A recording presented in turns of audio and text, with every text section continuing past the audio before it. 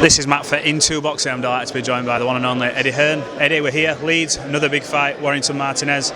Talk us through it, some big names on the card. Yeah, it's a wild fight and one that I really didn't expect to happen. You know, I remember it was November 10th or 17th, Kid Galahad. Kiko comes back with just one of the most outrageous comebacks, defeats, upsets, whatever you want to call it, of all time. And at the time, I never really thought about the Warrington rematch. Warrington was looking at the Lara trilogy or fighting in America next. And when we spoke to Kiko Martinez, we talked about a potential rematch, and he said, "I want Josh Warrington. I beat him last time, and I knock him out." And I was like, Jesus, that is a big fight. And then I phoned up Josh, and he wasn't expecting the call, but an opportunity for him to be a two-time world champion.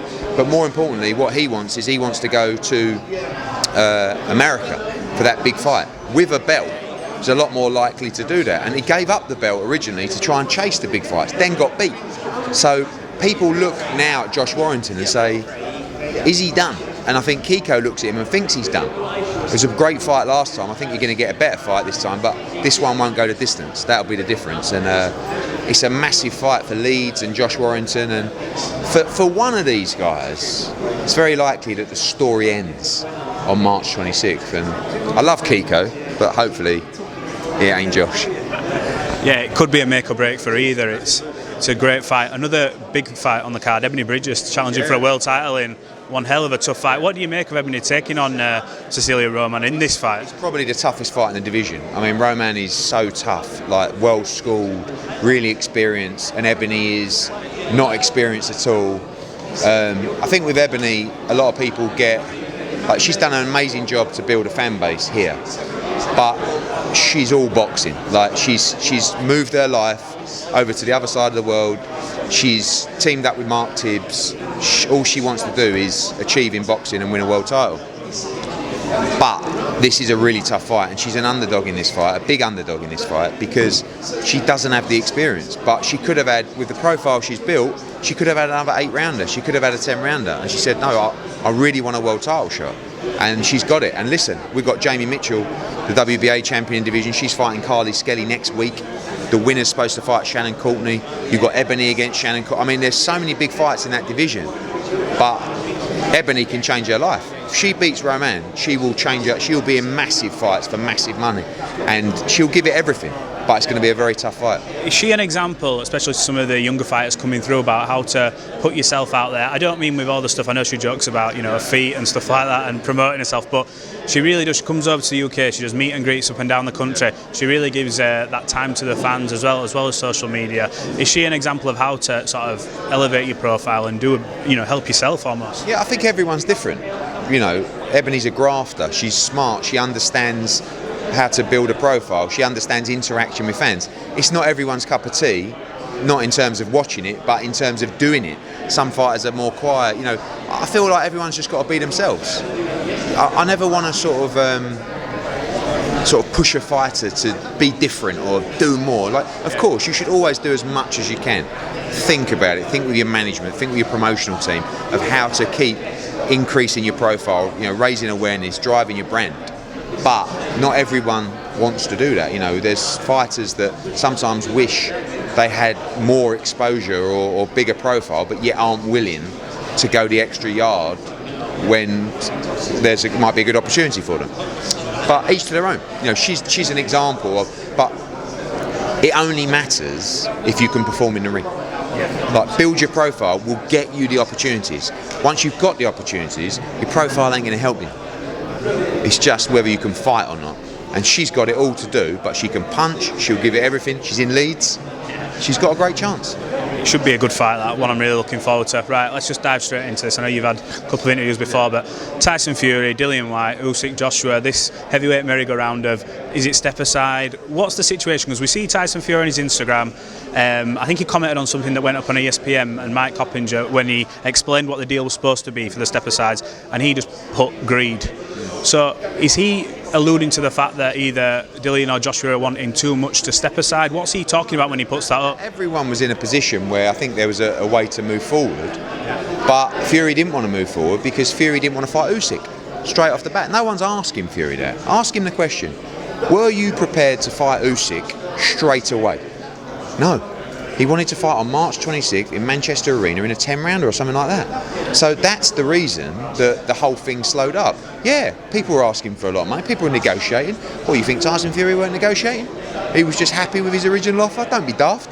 So I've been watching his stuff on Instagram. He's blocked me on Twitter, but I can still see him on Instagram. I don't really know what he's getting at. All I know is there's going to be purse bids tonight, by the looks of things, as we have this interview. See what happens. But the other version, the only way that version works is if all 4 people go, right, we're good. But he don't want to. So, you know. It's strange when you see it from the other side. Obviously, his indication is, look, that's that. But no one questions that. It's just me, that question. You know, it's like, oh, Tyson must be telling the truth. Okay then, right, big track record of that, you know. But listen, he's a character. That's all I'll say, and we'll see what happens. When he's doing the videos, laughing and saying, "Oh, I'm very happy with this, that, and the other," is he alluding to the fact that, you know, this 80-20 split is going to stay as it is, and he'll earn a lot of money? What's he, when he's laughing at that? What does he? No, I think I don't know. I mean, the other day Joshua was a coward for stepping aside. Now he's an idiot for not stepping aside. What one do you want? You know, I don't know. But what I do know is Joshua apparently lost all this money by not stepping aside. Well, so did Fury. Do you know what I mean? Fury had a chance to make a fortune to fight Usyk and fight the win, and didn't want to do it. Well, I'm saying didn't want to do it. Wanted to fight first. So I think one thing that is important, Dillian Whyte has been waiting a hell of a long time, and it looks like, as we stand in this interview at whatever time in the afternoon, that it will be Tyson Fury. He seems to have made that quite clear. Dillian's his next opponent. That's forget undisputed from it. That's a bloody huge fight. Talk to me about that fight and how exciting that'll be for the British public. It's a proper heavyweight fight. Massive fight, very dangerous, and especially with all this going on, because this is where accidents happen. Do you know what I mean? This is what you could have won. Now you've got to fight this horrible, tough, gritty guy that could take your chin clean off with a left hook, and that's Dillian Whyte, and he'll give it everything, that fight. So great fight. I mean, we were always happy with that fight. It's only because we never went looking for this deal, this plan. This was put to us. So we were always very happy with Tyson Fury against Dillian Whyte. Always very happy with Alexander Usyk against AJ. So we're happy. But we were asked to look at something different, and that's what we've done. Right, let's move on because we haven't got a lot of time. So Katie Taylor, Amanda Serrano, not just the biggest fight in women's boxing history, one of the biggest fights in boxing history. It's a landmark fight that it's almost like the ceiling to where we've got to in women's boxing, and now it's making such a big splash everywhere. Talk to me how excited you are to put that fight on in the big arena at Madison Square Garden, not the small one, and to collaborate with Jake Paul on this. Well, firstly, it had to be in the big arena because you can't. You know, one, it's too big for the small arena, and also when you're proclaiming it to be all the things you just said, you have to make sure that you give it the platform it deserves. This is what we've been working for such a long time. This fight will be huge, through us, through the girls, through DAZN, through Jake Paul, and he's going to really push this and promote it hard. And he's a blessing for this fight. I said sometimes he can be. You like him, don't you? I do like him. I've always liked him, and I did his debut. That doesn't mean that sometimes I think he's a plonker, right? Because he is. But he's smart, he's driven. His motive in this fight is a little bit of ego, to be the one who put this together, but also to make the fight as big as it can be for the fighters. And I'm all in for that. So press conference, I think next Wednesday at Madison Square Garden, and then Monday in London, I think, with Jake and everybody coming. You'll see the size of this fight. By this time this fight comes around on April 30th, the world will stop to watch, because this is what they deserve. And by the way, it will be a thriller. 50-50 thriller. So looking forward to it. Last one just before we go. We've got Cesar Martinez versus Chocolatito. As one door closes, another absolutely belting fight for the fight fans opens. Talk to me how pleased you are with this fight. Incredible fight, came out of nowhere.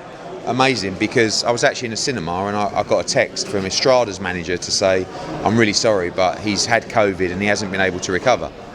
Then I started looking at the Ancarjas fight, the Joshua Franco fight, and I know that Julio Cesar Martinez can sometimes be tight on the weight, and I knew that he was training for March 12th, but would he move up to super flyweight? And obviously if the money was right and the opportunity was right, and I messaged Eddie Reynoso, his manager, and he said, love it, let me speak to him, and he come back and he said something like, my crazy man is ready, because this kid is a crazy man. I tell you, I mean, it's hard to say it's a better fight than Estrada, because But it's a more compelling fight, and it's a more intriguing fight, and it's a more dangerous fight, and something momentous, something memorable will happen on March 5th in San Diego, and it's a brilliant fight. Yeah, absolutely is. Listen, Eddie, thanks for talking to Into Boxing again. Appreciate your time.